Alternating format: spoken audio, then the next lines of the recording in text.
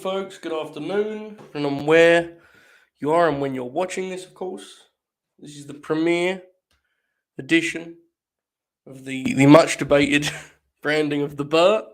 I see Tope Suicida has continued his single-handed campaign to make it the expert, which fair, in hindsight, is better, but that is not a parody of a talk show host that no one really likes. So here we are. This is going to be a thing that if you enjoy the late night grin, hopefully you'll get used to and enjoy this early time, because we're going to stick with it for a little bit. And now here's the thing, folks. I understand routine is important. You know, if you're used to watching this at like 1:05 Eastern or 6 p.m. in Britain, whatever, if you're used to a certain time, I understand this could be like, God damn it, now Holbert's fucking me around.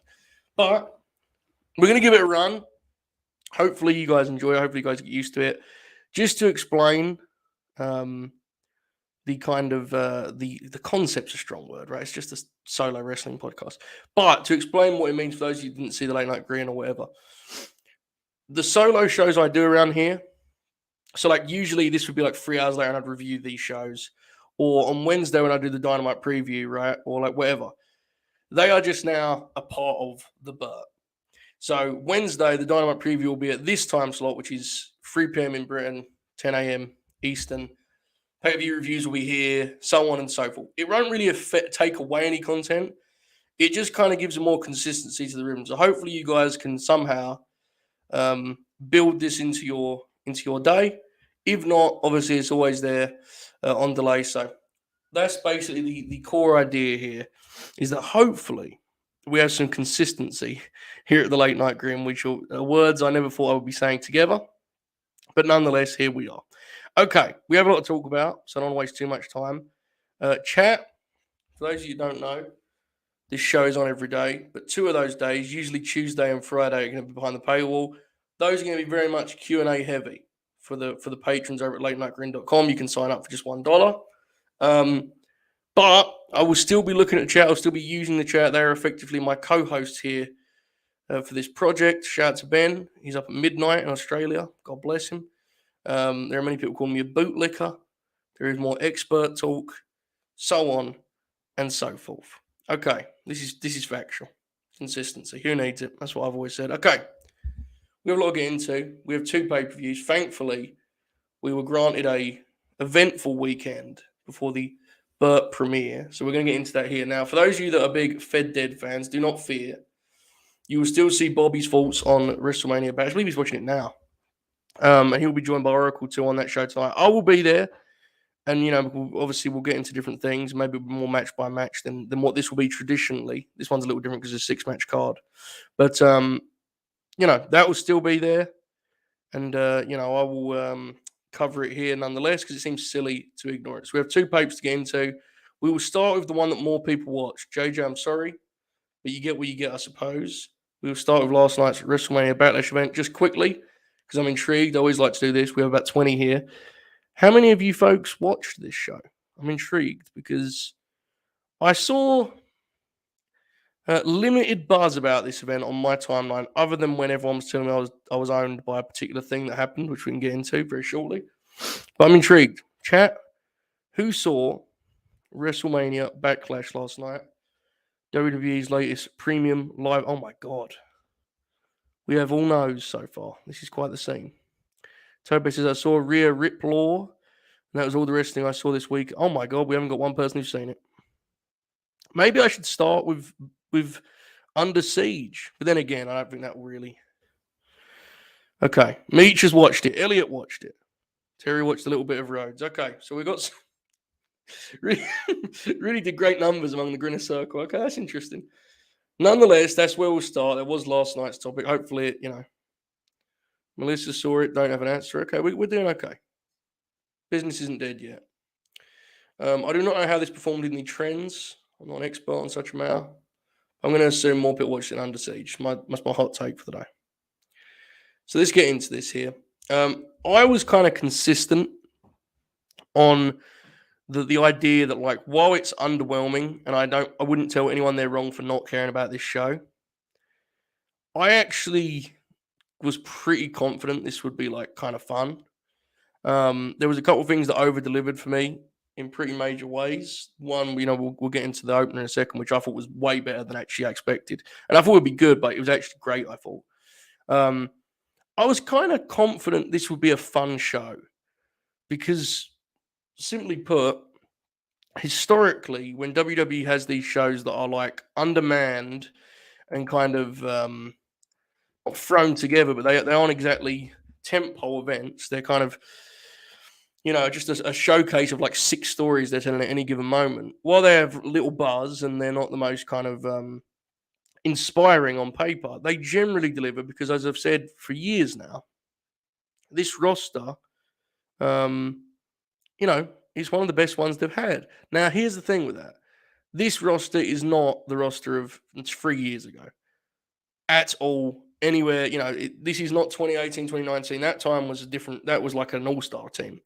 However, there's still an immense degree of in-ring talent that is simply positioned wrong, presented wrong, so on and so forth, which hurts the TV, more so than it hurts the pay-per-views. Generally, be key here, generally, if you leave this roster to its own devices and let them have 10 to 15-minute matches, or in some cases 20-minute matches, they will give you a good output. They may not give you spreadsheet-making match of the year classics, but they will give you good professional wrestling, which I thought this was. We run here. Joe, please do not lash out. I'll begin to that shortly. This being run like almost the whole 3. I do have to say, just right at the top, I enjoyed this show. They have got, and Oracle says it consistently, he's right. They have got a serious, serious pacing problem. It's actually outrageous, the time it takes between matches. I mean, it genuinely is like it's like a pro boxing card, It's absurd. I don't know how you can pace a wrestling show this way. It had 6 matches. And like I enjoyed most of the wrestling, but in between, it's like they do those Peacock ads, and it takes them. They do a full video package for things like Happy Corbin and Madcap Moss. The entrance is now seeming to take longer than ever. I know these are little things. I know that in the grand scheme these don't matter, and I should stop whining. But like, it's brutal. It really is brutal, and it hinders my enjoyment, even on a show that I thought was objectively a good professional wrestling show.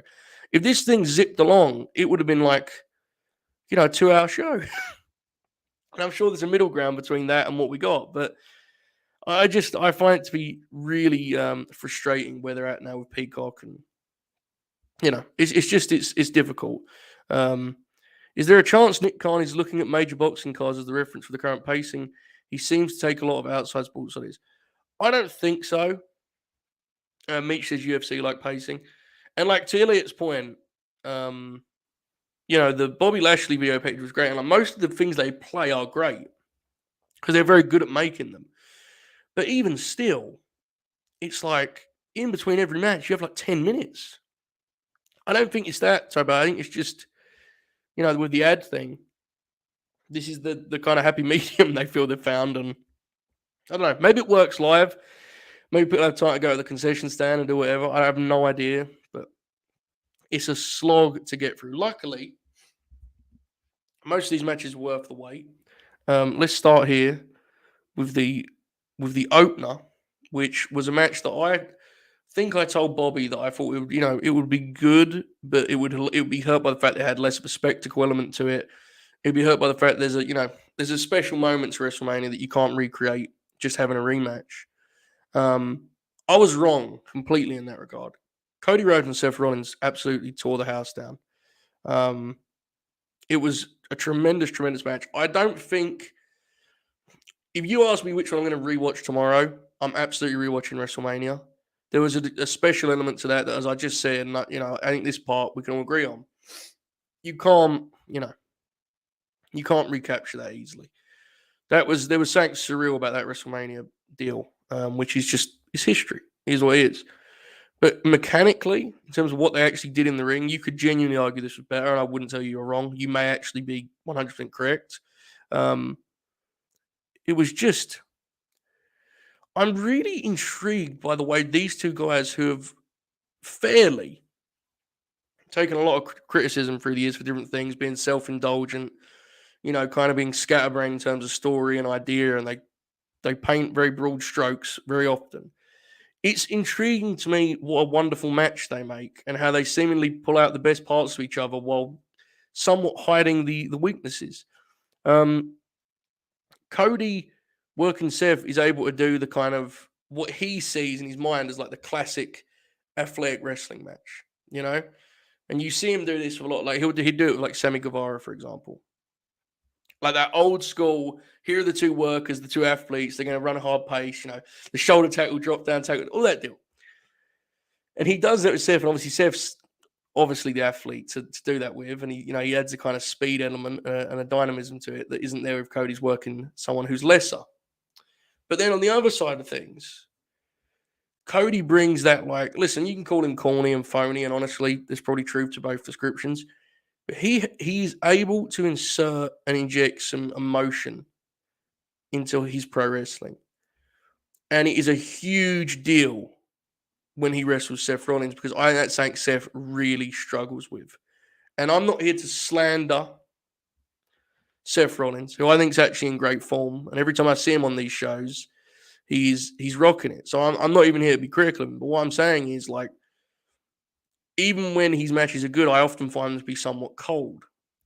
Cody Rhodes remedies that. He fixes that pretty quickly. He adds a sense of authenticity, which, again, I would never have described him with that word in AEW, but here he feels that way. He feels authentic, which, that's indicative of other things, but that's a different conversation for another day. It was really tremendous. I absolutely adored the story they had here of basically Seth's preparation was such that he could gain an advantage almost every time because he had Cody well scouted and he's a great pro wrestler, right? In the WWE universe. He's a guy who's won all the belts and he's been great for years. So there's no one in the promotion that should just run him over. I believe Brock did Elimination Chamber, but the idea is that he can kind of hang with anyone. He's one of the greats of the generation. Whether you and I believe that or not is irrelevant. That's the way he is framed. And with prep time, he was able to cut Cody off and he knew his offense and he did, he was in control for a lot of it. But then inevitably, his ego would get him into trouble, right? Like he would try and do something that was personal and try and taunt Cody, or he would get himself in a trading of right hands, and he would brawl with Cody, and it would. And I thought the announcers did a great job of telling that story. I don't know where you guys are at on him. I don't see him on the TV very often. Obviously, the last couple of weeks I have. I think Jimmy Smith does a good job for Raw. I really do. I think he does a good job. Corey seems better now than he was like 2 years ago. I've seen people say otherwise. I don't watch it closely. He had a great moment here where Jimmy, who I just praised, but Jimmy did the thing of ring rust and Corey shot it down, which I appreciated because that was necessary. I believe did a really good job telling this story. I really did. I didn't mind the finish either. Obviously, the finish at WrestleMania is more emphatic, and you'll remember it more. But I have no problem with the heel trying to cheat and the babyface kind of doing the if it's good for you, it's good for me deal. I'm for it, and I saw a lot of people mad, and I get it, I understand it. A lot of people are mad about this not being over. I don't have a problem with that necessarily. If Cody isn't going to be wrestling for the belt next month, I'd rather he continue working with Seth Rollins than work with Theory or Baron Corbin or some underneath guy. I think whether you and I like him, and I've certainly had my roller coaster in that regard, Seth is a guy who is perceived by the audience as a top guy.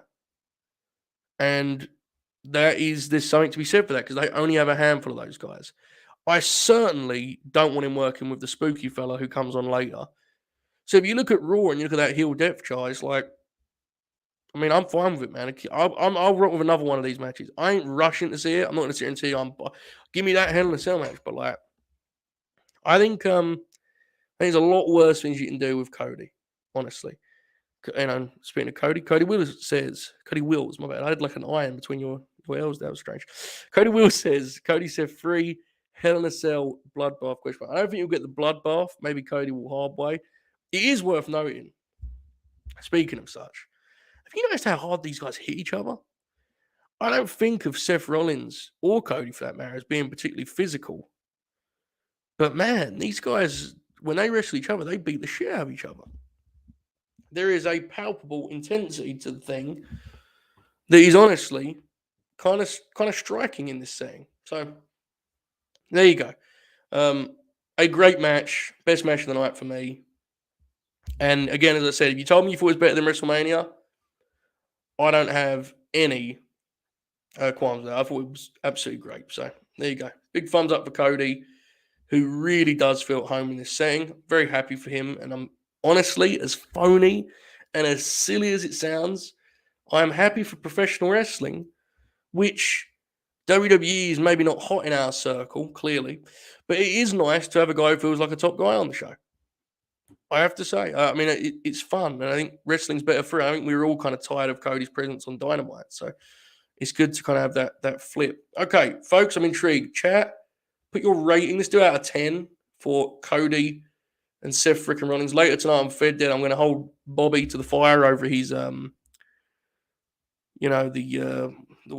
cage match predictions. But I'm intrigued where you guys are out of 10. I'm around the 8 range, 8 and change maybe. But I'm intrigued where you folks are at while I tweet this link here.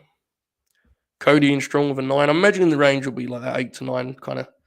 It was very, very good. I'd be surprised if anyone's low on it.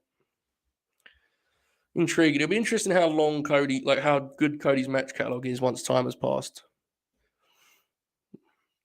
I think Oracle will probably like this show, is my assumption. 8 is the consensus, it seems. Okay. Let me tweet this link here, folks. We're going to talk in a second about the Trios main event. I want to remind you all that if you would like, send in a particular comment or question, feel free to do so. Streamlabs.com/late-night-grin. But if you cannot do that and your comment is like more than 2 lines long, I'll probably just notice it and read it, so don't feel any need to. It's just a nice way to support the show. Nonetheless, let's move forward here. Trios main event. Now, speaking of longer comments, I'll read this. Totally says, this may sound weird. Sounds real weird. You're on a wrestling podcast commenting at 10 a.m., bro. It's weird. This may sound weird, but Cody being the first to jump was the best thing for the whole business. Don't think any of the other EVPs or homegrown stars would have been treated this way had they jumped. I agree, and this is a rare case, a very rare case, where I can say I think I was correct on that front. I remember Jack and I going live, and my initial read, once I kind of figured it out, was like, this is good for all parties, and it's good for wrestling. So I agree with you. And yes, I did just turn me agreeing with you into agreeing with myself. Owned. Okay. Bloodline versus, I believe they're calling them RK McBro. Someone called them R Clay Bro, which I thought was better. I don't know which one they're going with, but either way. So this was the main event, and it's a difficult thing, right? You have a 6-man main event. There's no belts. There's no stakes, no importance. It's just a match. Basically a TV main event, or especially the first half, a house show main event. I think most people, though, are confident it would be really, really good. They generally have a good hit rate on these. This one was no different. I do have to say, though, that there was that house show element was present early. It was like, this was going along a pace that, I'll be quite honest with you guys, at 3:30 a.m. I did not have in me. I was slacking badly. They were getting some heat with Roman, and it just weren't playing too well to me. Now, I want to be very, very clear. I was tired, and that, it's not the best way to watch it, but I thought it was kind of boring for a stretch there. But I had to get out of my own head for a second and listen to the people, because it was noticeable that what I found boring, while they weren't like red hot for, the people were completely with the story these guys were telling. Now here's the thing. When I say story they're telling, I'm not saying there was like a complex, theme, or saying that you could break down in a wonderful Joseph Montecillo video. But what I'm saying is, their idea here was, we are going to work such a pronounced heat that they are going to be desperate for, firstly, Drew's hot tag. Then we're going to cut Drew off with such swiftness that by the time Randy comes in, the place is going to be rocking. Now, here's the thing with that. Before the match even started, they were doing the Randy Orton chants. He actually is probably the top babyface in the promotion. I know if they're aware of this, someone should tell them. Him and Roman is the match. That's clear if you watch this. It's obvious. Just saying, it is. So they get to this position. I'm bored. I'm not going to tell you I wasn't. I was kind of uninterested. But they, get to a double down, and the place starts rocking. And Randy, he's on the apron. He's working the apron. He's getting the people, and they're there. I mean, Randy's hot tag was at the point structurally where the match was going to kick it over again because it was supposed to go into the finishing stretch where they do all their moves. So it's not a coincidence it got good there. But his energy, honestly, guys, this is one of the great Randy Orton performances. And listen, you can dunk on me. I know he ain't everyone's favorite. If you think Randy Orton legitimately sucks, just watch him in this match and watch how fucking good he is. I'm sorry. He is a great pro wrestler. I know he's inconsistent. I know he has his flaws. I understand everything. I understand the complexity of Randy Orton, both the human being and the professional wrestler. I've conceded. But if you think he sucks, I don't know, man. I don't know. I don't know if I'm wrong with that. It's just me. We have different opinions, but it is what it is. Anyway, he comes in here and he's red hot and the place is fucking rocking. And he hits this RKO on Roman. And Michael Cole calls it he legitimately called it like Andre got slammed in front of him. They've protected Roman to such a degree that him sneaking up when someone getting RKO'd got a standing pop. Everyone leaped up to their feet. It was wild. Seek that out, just that moment. Speaking of Cole, he was excellent on this match. I thought he was really, really great. Pat McAfee, I'm very up and down on. I thought he was great in this one too. Really tremendous. Then they went into the kind of sequence-heavy stuff, which is, I'm not going to recap it, but it was just perfect. Couldn't have been executed better. Everyone's stuff looked good. I think if you shave some of the heat from this thing, it's even better. But you could equally argue that the heat is where the hot tag gets its joy. So listen, I didn't like it as much as some people do. So some people saying it's match of the year candidate, but I thought it was really, really good, especially, when it got going. And to me, the big tower is Randy Orton. I'm sorry. You can do your Drew Mac stuff, and he works awful hard, and he's one hell of a pro, but he ain't Randy Orton, and I think the audience sees it that way. So they can, they do Drew and Roman, especially if they do it in Cardiff, it'll be good, and it'll be, kick the hell out of each other, and they'll have a good match, and the crowd will like it. But Randy has something right now, folks. I'm telling you, he's in high gear, and it seems like the RK Bro thing has really got him to a point as a babyface that he's really seldom been in for his whole career. So a great, great main event. Well, let's just calm down. A very good main event. One that I enjoy very much. In the end, we'll reiterate. First stretch, don't be afraid to skip it on rewatch. Chat, where are we at here on the main event out of 10? I mean, I'm looking 7.5 range. I'm with you, Ben. That is interesting. Hill Riddle is an interesting thing because it does feel like it would be a mistake to turn Randy heel at this point. Not only is it lazy, but it just feels like a mistake in general. But there you go. I'm now going to open this Pepsi Max.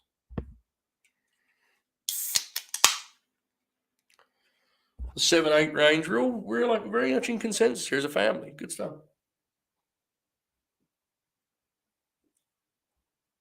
Okay. Let's just move forward here. Now, again, folks, I'm doing match by match because this was a 6-match card, so it just kind of feels like the correct way to tackle it. So I'll just kind of go across here. Edge and AJ, I actually liked. I can sense it was somewhat polarizing. I thought it was better than the WrestleMania match. I have to say, I thought AJ Styles looked remarkably good here. I believe AJ is 45 in a month, less than a month.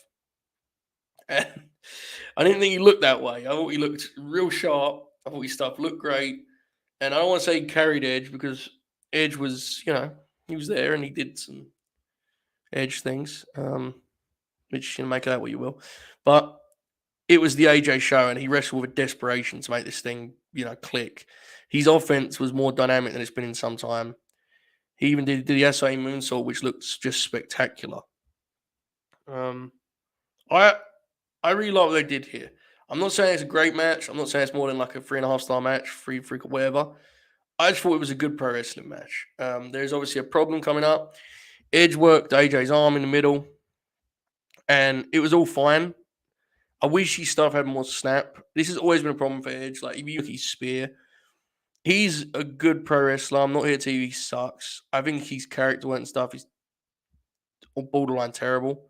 But like, fundamentally, mechanically, he's fine. He's good, whatever. But like, his stuff has no like he has a complete inability to go through the gears to me. Like, his stuff has no edge, no snap, no jolt. It's just like everything's one pace, and especially as he's got older, that's been even more prevalent. And he's in admirable shape for a guy who's went through that injury and is at his age. Like, he looks great and he's working hard. It's hard, man. AJ's a guy who always had that ability to like explode. Edge doesn't have it. But his stuff was solid enough in the heat, and AJ was great here. And then they do the angle. So Priest comes down, he and Finn do something, and there's a distraction, and then someone who it was immediately apparent who it was, by the way. And I mean, I know all of you were very excited, that I would have been owned once again, which fair, I had been. But I immediately knew it was Rhea Ripley. Like, it couldn't have been more painfully obvious. Speaking of such, like, that got even worse when she got in the ring. Whose idea? Like, could they not have given Rhea something like she doesn't wear, like when she wrestles? Unless I'm mistaken, she just had like her gear on. Like, she just had like her bottoms just what she wears when she wrestles, right? I thought it was a strange choice. I feel like you could have because they were clearly going for because Rhea's frame. They were like, who is he? As soon as he said who is he, anyone with a functioning brain was like, oh, so it's Rhea Ripley. But I think this is dumb, lame, pointless, silly, short-sighted, frustrating, depressing, frustrating, maddening, disgusting, revolting. Just to cover a couple words, can't mind. Rhea Ripley is like one of the few people on this TV show that has like a chance, a slim shot at being considered vaguely cool, which wrestling is very much struggled with. It isn't cool in the way of like, how would I? It's cool to an audience that honestly I think wrestling does a poor job of tapping into, but that like could be an actual fan base. She's different and interesting, and like there's something to her personality and her presence, and she's an interesting project. Like, she's someone who I think could have a fan base that's like, in fact, I've seen she already has this fan base. That like actually watches the show just for her. May not show up in your weekly demo, but I think it's a thing. There is no worse way to pour water on that than put her with Edge, who is just this stuff's bad. Okay, God bless him. He's trying his best. He wants to reinvent himself. He doesn't want to rest on his laurels. I understand, but just it ain't good. And my big concern, genuinely, is that I think this could actively affect Rhea Ripley, the professional wrestler. My concern is that she takes direction from him and we start seeing certain facial expressions, certain pacing, so on and so forth. That part actually concerns me genuinely because she's young enough that she's going to look up to Edge and listen to him. And, I just hope she stays her, even, in this act, which I think is going to be challenging, to say the least. I think it's a mistake. Simple as that. I will say, and don't have an app brings out, the important thing here is that Liv Morgan now gets to join the Bullet Club, which factual. That is the important thing here. They need to do that, right? Well, we need to get that 6-person. That sounds fun. Rhea, Priest, and Edge versus Liv, Finn, and AJ. That's a great Raw main event. So hopefully they actually do that. That could be fun. The one thing I will say is I think Edge thinks highly enough of Rhea that she won't just be like a valet. I think he's gonna want her featured and like push strong.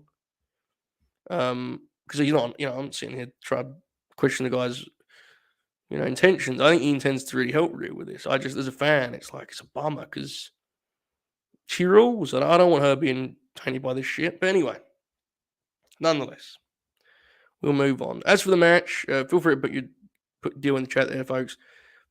high 6, low 7, a good professional wrestling match. I'll be completely fair to them. I don't think they were going for more than that, considering what the idea of it was. But I thought AJ looked great. Feel free to put your rating in the chat as I proceed here. A bullet baby internet likes. Okay. Ronda Rousey, Charlotte Flair. I thought this was much, much better than the WrestleMania match. It was highly flawed and certainly dragged some. But ultimately, they did kick the ever-loving shit out of each other. And on sheer physicality, I think it was certainly worth my time. I had fun watching this just on absolute raw, rough violence. I would never tell you that you're wrong if you didn't think it was good, because I get it. It was not like particularly perfectly structured or paced or whatever. But ultimately, they just kind of whacked each other a lot, and they like walked through the crowd and punched each other. And there was some gnarly submissions where Charlotte looked like she was legitimately refusing to tap on an actual armbar. I don't know, man. I mean, I don't like evil women as wrestling characters. There was a lot of bitch and stuff like that, which whatever. Ronda as a babyface is really tough, and I think Charlotte at this point as a character is a challenge. I actually don't know what you do with Charlotte at this point as a character. I don't know where you go, but in ring, I thought they worked really, really hard. So I can't be mean about the match. I thought it was fun. I ain't gonna lie to you guys. I mean, it ain't one I have much detail to get into, but like, it was so rough and kind of brutal, right? I rock with it. I don't know where the opinions are on this generally. I genuinely don't. But I like the physicality. I have a couple questions while I do this chat. Feel free to rate the match. I will say that Charlotte's return will be really interesting in terms of Bill says counting around 15 bitch mentions. Charlotte's return will be interesting in that, like, it to me feels like you're at kind of a dead end and you need to like do something different. Do I have any belief they'll do that? Absolutely not. I don't think anyone internally thinks there's a problem. I think there is a major problem, but it'll be interesting if we get that when she comes back. I know she's going away, and good luck to her. She's been wrestling, on that schedule, so good for her to get a break. But I don't know. I think you need to do something different when she comes back. As for Ronda, it'll be interesting. I asked last night on Twitter who's next for her. Lacey Evans came up, Shayna Baszler, Natty, Bailey, all these names came up. Very few of them are interesting. Bailey concerns me, and I think that's the one that makes the most sense long term.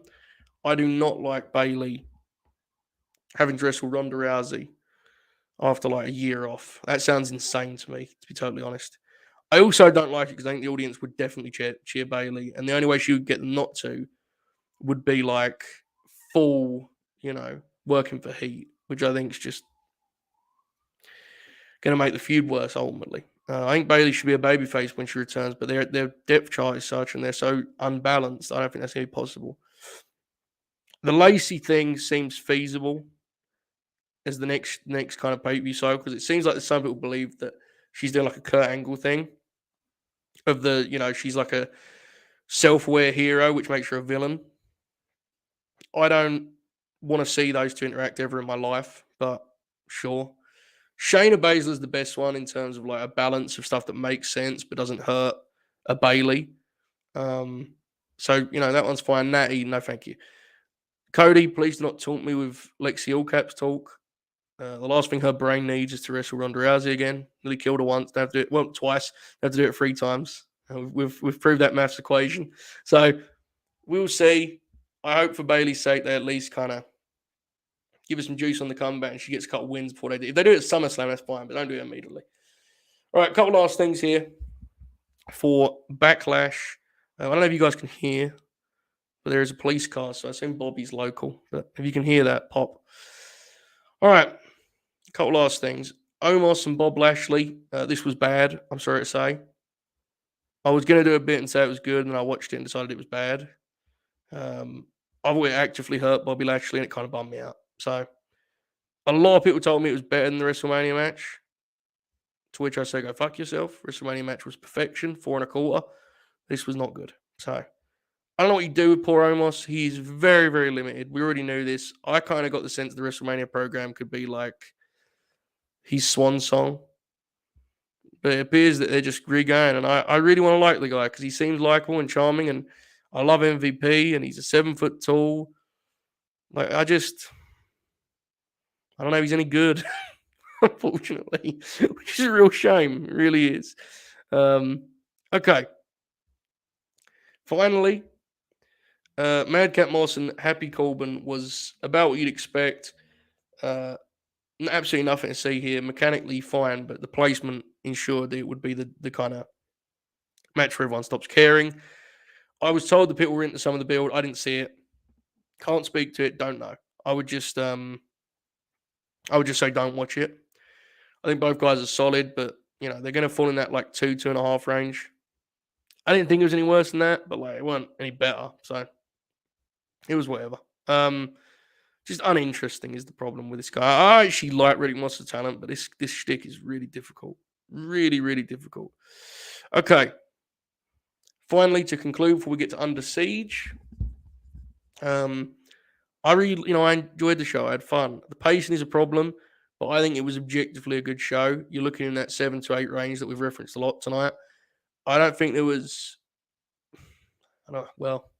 there was some stuff that I would deem to be bad, but it was ultimately mostly inoffensive, or it was short, relatively speaking. But I had fun with it. The matches I thought would be good were, and there was a couple that over delivered. So, chat, I'm intrigued. Out of 10, final rating on WrestleMania Backlash. I liked it. I'm in that 7 to 8 range. If it's an 8, it's a low 8, but I thought it was a good show, and I wasn't surprised by it. I saw a lot of people saying they were surprised. These shows generally are their better shows in terms of actual quality. When they have a lot of stuff to focus on, they generally do a very poor job of it. But we have a 6.5. We have a couple 7s. The premium, solid second tier premium live event. My God, what a great term that is. I actually saw someone yesterday tweet PLE, which popped me. 6.5 is a great episode of SmackDown. It certainly didn't have big time pay-per-view vibes. I can't argue with anyone who would, question that part of it. But I just kind of, to me at this point, that's just what they do. I have to say. There you go. All right. Enough about the WrestleMania Backlash. Let's move on to Impact's Under Siege. Chat, I'm intrigued. Almost none of you watched WrestleMania Backlash. So now I ask, did you watch Impact Wrestling's Under Siege event? This feels like this could go, well, it feels like it's going to go one way, quite frankly. But I'll let it play out and see what people say. Omar says I got to watch it tomorrow. Yes, fair. I often tell myself that too. Oh, wow. Look at this. This is incredible. We have an audience here. There's a love letter to the Cowherd Show. Who will be your Baker Mayfield? Adam Cole. I guess it's Cole, yeah. I feel bad about that, though, because Cole is he just seems like such a good guy. Bill did watch Impact. Oh my God. No one watches any of these shows. This is now you feel guys are morphing into me. This is bad. Yeah, it feels like it's Cole, right, man, but I don't feel good about it. I have to be honest. Anyway, let's proceed here with some Under Siege talk. It is fair they did go against UFC and Canelo. That's a good point, Paul. I hadn't previously considered. All right, let's do kind of broad strokes quickly. Main event: Josh Alexander, Tomohiro Ishii. A great match, arguably the match of the weekend as far as what I saw out of these two shows. The crowd, there was a very interesting element to the crowd here. And I can't lie, it kind of made me enjoy the match more in a weird, perverse way. I don't know if it's what you want, though. For those of you who don't know, around 2 minutes into this match, Ishii began to chop Josh Alexander, and the crowd just decided that he should be the Impact World Champ. Which, I mean, fair. I understand. But I don't know necessarily if, this is what you want when your top babyface is wrestling an outsider. Ishii's great. Everyone loves him, but he is a New Japan guy stopping through for a one-off. And Josh Alexander is like your ace that like won the belt and like put it around. You know, he like had his kids there and stuff. And I know they're bored of him because he only won the belt like 3 weeks ago. So, and like, look, I'm not trying to be dramatic. It's not like they were like chanting, fuck Josh Alexander. Like it was noticeable that the majority of the people there wanted Tomohiro Ishii to win. And like Ben's right when he says every time I watch Ishii, I want to win. I can relate. I get it. But like, I don't mean it's the greatest sign. That's all. No big deal. You get what you get. Okay. In all seriousness, what a unique commodity Tomohiro Ishii is. This time next week, we'll be talking about his match with Eddie Kingston, which I cannot wait for. And he is such a uniquely singular wrestler in the current space. He's a guy who has basically been this wrestler now for, I've been watching him he's been this way for at least a decade. I'm not educated enough on Ishii when he was younger, before his New Japan stint, to tell you what he was like then. Stylistically, I'm going to assume, I could assume he'd be pretty similar. But he's been this guy for like a decade now. He's never won the big one. And like if he wrestles a big match outside of like the G1, you can basically assume he'll probably lose. But he never feels overmatched. Like if you throw a poster up with Tomohiro Ishii, he could wrestle fucking Brock Lesnar. It's like, well, Brock's gonna get a couple of headbutts, Like he really is. 2013 G1 is going to become this guy. That was when he wrestled the Shibata match, right, Joe? He brings such a degree of physicality and intensity and toughness that the audience just respects him. The Eddie Kingston match is interesting because there's parallels there. But like, I don't know, it just kind of dawned on me. Like, here he is, and he's here to lose to Josh Alexander. I don't know if Eddie's going to beat him, maybe, probably, I don't know. But the point is that he could like do a US tour and lose to everyone's home guy. And like he leaves it no different to he entered. He's just fucking Tomohiro Ishii, man. Like you get what you get. He's he's like the safest bet in wrestling. Like you know exactly what you're gonna get. It never underdelivers, really. He very seldom will surprise you with a stylistic choice or a thematic departure. And like I know there's been some criticism of him being kind of redundant stylistically, but like generally speaking, if they're going to book a guy from New Japan to come in and wrestle on your promotion, and I'm a viewer sitting at home deciding I'm going to watch it or not, there are very few guys that I would rather see in that spot than Ishii. He really is quite sensational. I know this sounds dumb because it's like, well, good one, Joe. Tomohiro Ishii's good. It just struck me watching him in this role, like how valuable he is. It's just a pretty special asset, honestly. I think sometimes, I kind of take him for granted. He's been great for so long, but he's the perfect guy for this very singular role in this very particular spot. And he fills it with such a commitment. He's remarkable. He's a great, great wrestler. And that's not to undercut or underplay Josh Alexander, who is great and was incredible as X Division champion. I'm hoping we'll have a similar reign as world champion. This has certainly been a good start. The title win match was great, and this was too. This was better, which, obviously. He's a very fitting choice for Ace. And what he gives Impact, and this is really key, he gives them main events that are intriguing even if you don't watch their TV. So if you do a guy like Moose, you're telling stories within your television, and that's fine. But he isn't a guy who has this kind of dream match value. Josh Alexander may not be a dream match guy, but if you know, right? Like you put him up against like a New Japan guy, like an Ishii or a Suzuki, it pops an audience that doesn't necessarily watch Impact's TV. If you get a big free agent sign, you can put Josh alongside them and you feel like he belongs. So he's a great choice to be the ace of the promotion. Hopefully he has the belt for a long time. Hopefully crowds are a little bit kinder to him than they were here. But either way, I thought the match was really quite excellent.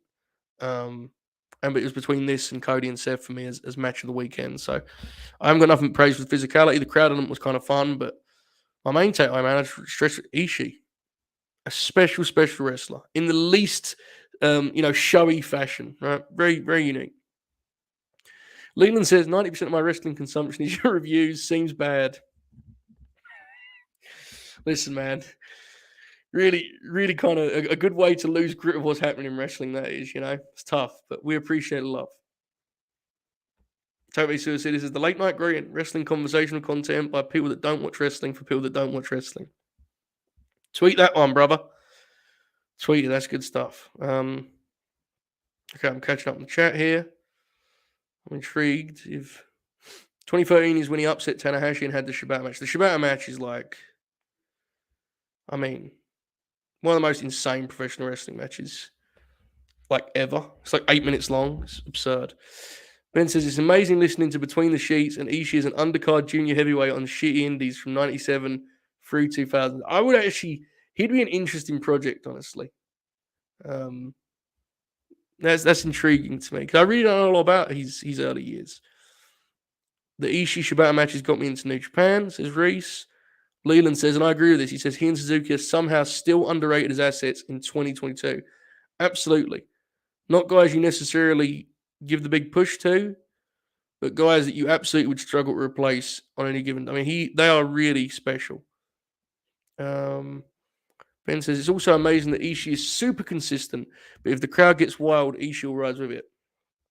Noticeable too, right? Like, if you look at that Suzuki match from Windy City Riot, watching the people lift those guys because they were like, oh, this is actually kind of special. This place is rocking for this. It's really cool. And you're right. It's not like he's a kind of maverick who's inconsistent by any means. He's super consistent. He just goes through the gears even more when the place is with him. Yes, it's interesting for sure. Thatcher and Josh Woodrow, absolutely. Okay. Can we have Jay Shill and Bob watch the Shibata Ishii match on a grin along? We can.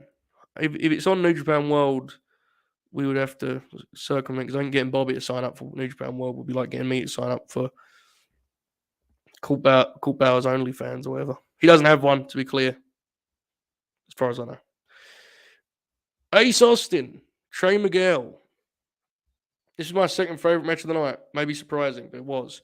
I have to say, I think this crop of X Division guys have done a pretty special job of like making this belt matter again, making this division be an attraction again. It isn't exactly Joe, AJ, and Daniels what could be, but I actually genuinely think they're making this like a destination match on every pay-per-view, which is really cool. Trey Miguel is a guy who I think everyone sees the limitations of, and I'm not sure there's extracurricular stuff with him, but no one seems to care particularly. But he's kind of like the Sammy Guevara of the promotion, and like I don't care about him, but I absolutely believe when he's on the card that he'll have like a good match. And in fact, he's consistently had matches that I would deem to be borderline great. And I never remember. And let me stress, I ain't trying to that didn't even mean that as a dunk. He's never the guy people list as like the X Division guy that could get the big push. But he's pretty fucking great for them. Like I don't really see him. Very seldom do I see him on these shows and be like, oh, that was a shitty match. The opposite. I often enjoy his matches. So there you go. These guys absolutely rocked it.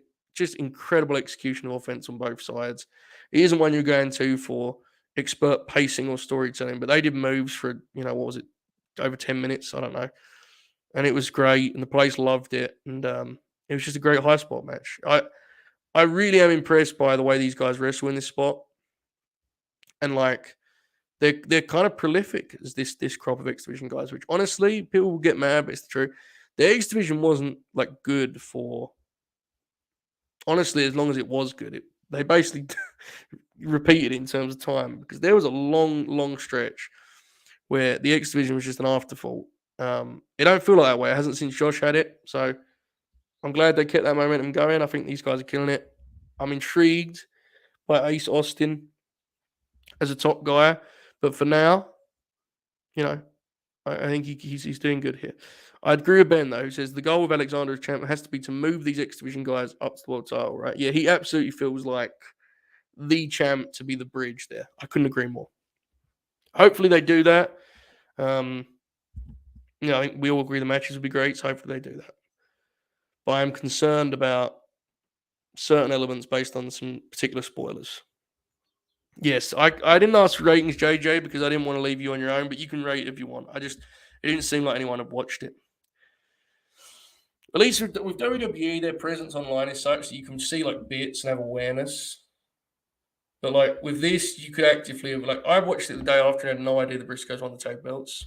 You get what you get. Speaking of such, the Briscoes.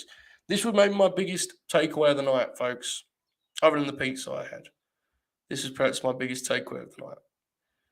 The Briscoes are in Impact. We knew this. They're the tag team champs on arrival, which tells you something about what they believe this situation is and what we're going to see here. And I have to say that if you tell me it's FTR, I'm with it. I don't even disagree. If you tell me it's the Young Bucks, I'm with it. I don't even disagree. But I'm telling you guys now, the Briscoes are in that conversation when we talk about the best tag team in the world. I ain't saying they're the leaders in it. I ain't saying they're the definite number ones. I'm not saying that because I don't know. It's hard. They're all great. What I am saying is, I saw the Briscoes have a genuine, like 3.5 star match with Harry Smith and 2022 Doug Williams. God bless Doug Williams. You know, he ain't what he once was. I'll put it that way, okay? Here, they wrestled Violent by Design. Now, here's the thing with this. I'm not here to demean Eric Young and Cody Deaner, who are good professional wrestlers, especially Eric Young. You know, they're good pro wrestlers. But they're steady, right? They're not particularly exciting. Eric Young's prone to do something crazy in terms of like a bump they shouldn't take, but they're a steady team. But here, armed with this challenge, given this challenge, the Briscoes have got such a deep arsenal they can like just change their whole game up. Now, they can be the rough heel team that Violent by Design were here, or they can just be like a pure babyface high spot team. Just fucking rock, just high energy tag team. Like they can do everything. And I'm not saying this is like a 5 star match. I think it's like a 3 3/4 star match, whatever you want, whatever. But it was damn good. And I'll be honest with you, I don't know how many teams can adjust the way they can. Now, you talk about the Young Bucks, they've got that box ticked and then some. So it's not me saying they can't or FTR can't even. I'm just saying that I am genuinely in awe of how great the Briscoes are in 2022. And I think they're actually the best they've ever been, which for a while in Ring of Honor, not because they're physical decline, I just didn't know if they were into it the same way. They'd never phone it in, but it felt different to me for a stretch. They've been spectacular since Ring of Honor went into high. I mean, like if you count like Final Battle, you go from like then forward. Even the stuff I've seen in GCW, they're just great, man. I mean, they had a match on NWA TV with The Kingdom, OGK, that was like the best TV match that studio had hosted ever. It's something. They really are quite spectacular.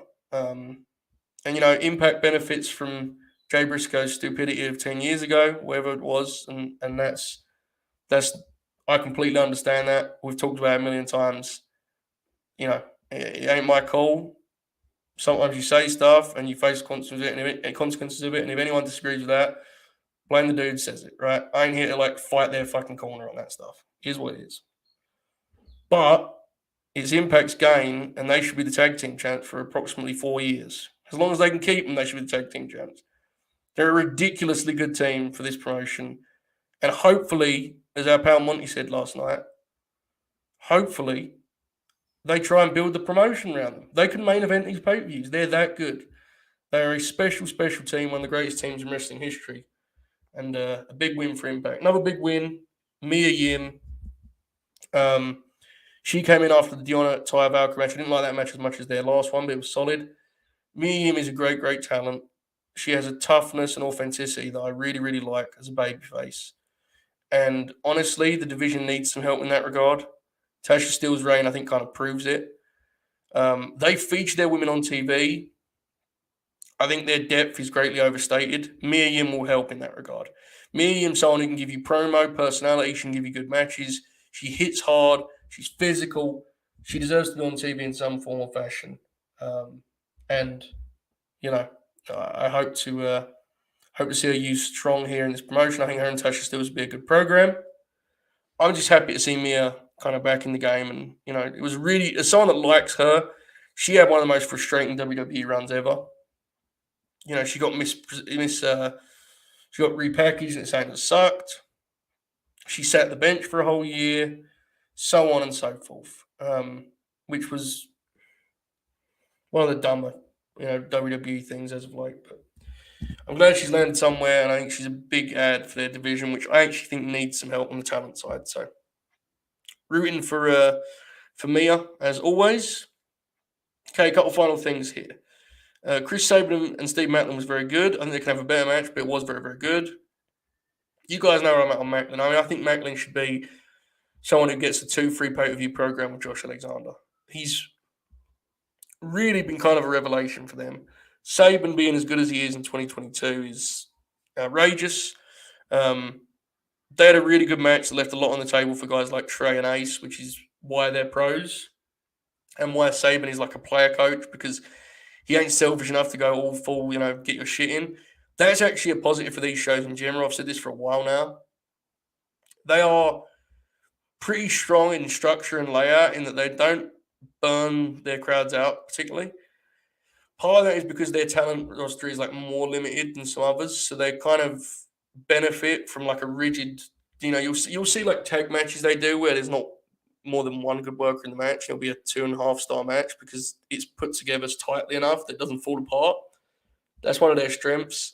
This obviously was more than that, but it's a good example of like the kind of mid card match you want. Like it had time, it didn't go crazy though, and Macklin is really one of the better kind of understated pickups because it wasn't like a big free agent signing.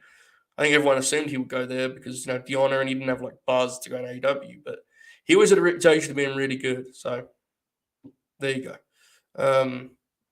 All right, couple last things. Madison Rain and Giselle Shaw was good. Madison Rain, by the way, is someone who's like been really consistent. Because it kind of dawned on me when I was watching this that she was like the top knockouts for them like 12 years ago, which is kind of insane, but you know what I mean? It's interesting. Yes, Philly, me and him did get a good part, absolutely. Okay, last thing. I didn't particularly like the Tasha Steelz Havoc match. She needs some help, does Tasha. I think she's a great, great talent. She is not a experienced enough champion to guide her way through this stuff. I think you need to throw her a bone and give her something a little bit easier to sink her teeth into because, it's not the easiest program to kind of to pull off in your first 2 months as Knockouts champion. So, but I still like Tasha as champ. I just hope that they take kind of a different direction with her moving forward. So, there you go. It was an eventful weekend. There was Canelo lost. There was an incredible UFC lightweight title fight that went about 3 minutes and had like 18 knockdowns. There was apparently a very boring UFC title fight that I did not see because I was rushing Canelo. There was all sorts of shenanigans. Kendrick dropped the heart by 5, which was outrageous. Happened in the middle of Cody Rhodes versus Seth Rollins, I believe, which was spiteful. Lots going on, but most importantly, of course, episode 1 of the Bert is now officially in the books. I hope you've enjoyed this, folks. Tomorrow, same time, similar place, slightly different in that we're behind the paywall. So tomorrow, latenightgreen.com, we're just going to do a kind of Q&A format. It'll be me just talking to the chat, basically. I may have a couple topics that you guys can get involved on. But that'll be tomorrow. Wednesday, same time, 10 a.m. Eastern time, 3 p.m. in Britain. We're going to do the Dynamite preview as usual. Luckily for us, they've released the whole lineup, or basically the whole lineup. So we have a lot to talk about. This week's show looks nuts. And then Thursday, same time, we're going to review Dynamite like we did last week. You guys came out huge for that last week, which I really appreciate. You've somehow come out pretty big for this one too, which I understand is challenging because a lot of you hadn't even seen the shows we were talking about, which I do sincerely, greatly, greatly appreciate. I said to you guys that I saw this like kind of post-Mania stretch as like season 2 of the Late Night Green. Retire the Rankings is up, and now we're going to do the Bert. There's going to be an AEW draft coming up. There's a lot going on. William Regal is the Green Grappling Month. We have a lot of different stuff that's kind of going to be taking shape here this month and moving forward. So we hope you enjoy it. Always feel free to give us suggestions in the comments, on the Twitter. Speaking of the comments, if you do the thumbs up, give me on this video, that'd be much, much appreciated. But other than that, the usual plugs at Late Night Green on Twitter. More importantly, latenightgreen.com to sign up and become a patron. Just $1 gets you in. There are no tears, just grins. But in the meantime, until tonight's Fed Dead Redemption with Bobby and Oracle, which will be 6:30 Eastern, we hope you see you for that and get the guys' takes and kind of talk broad strokes WWE. But until then, please enjoy this outro, folks. Wow.